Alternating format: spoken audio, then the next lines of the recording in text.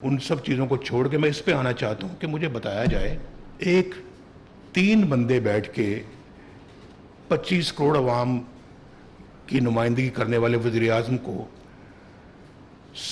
For life disqualify कर रहे हैं। किसी दुनिया के मुल्क में वज़ीर आज़म या सदर जो है वो जज से नहीं निकाल सकते, नहीं निकालते, ना निकाल सकते हैं।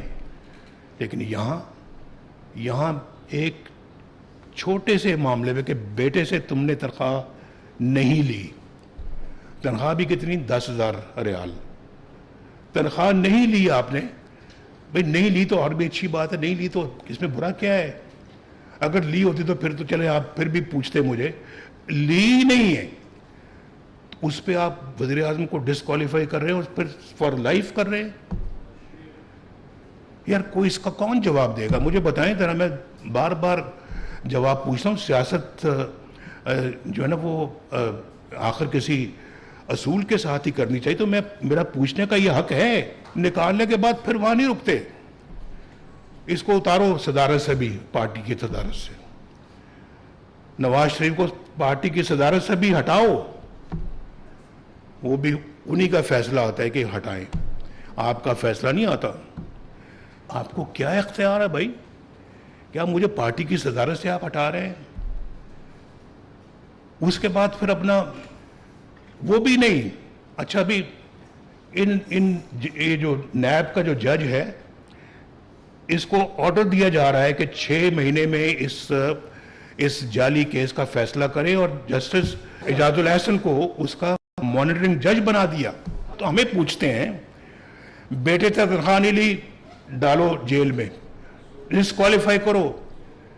छोटी अपना जी आपने जो ये आपके एसेट्स और आपके जो असासे और आपके जो अखराजात है वो नहीं आपस में मिलते। इस नैब में केस भेजो भाई। 150 पेशियां भुगती जा रही है, मैंने भी और ये मरियम भी जो यहां बैठी हुई है इन्होंने भी भुगती। 150 पेशियां वहां भुगती। तो मैं ये भी नहीं पूछ सकता कि भाई बताएं ये फिर जज साहब ने क्यों इस्तीफा दिया? जनाब, चीफ जस्टिस बनने वाले जज ने वक्त से पहले इस्तीफा दे के वो भाग गए। क्यों भागे?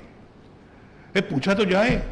जज जो थे जो फारिग किए गए हैं वहाँ सुप्रीम कोर्ट के, मज़ाहिर नकवी साहब, भाई आपने इतनी जायदादें बनाई थी, आपने अभी तक कोई कौम के सामने लाए ना, कोई मुकदमा चलना चाहिए आप पे, पता तो लगे कि आपने ये गलत तरीके से सारा कुछ बनाया। और आपको भी नैब के अंदर डालना चाहिए।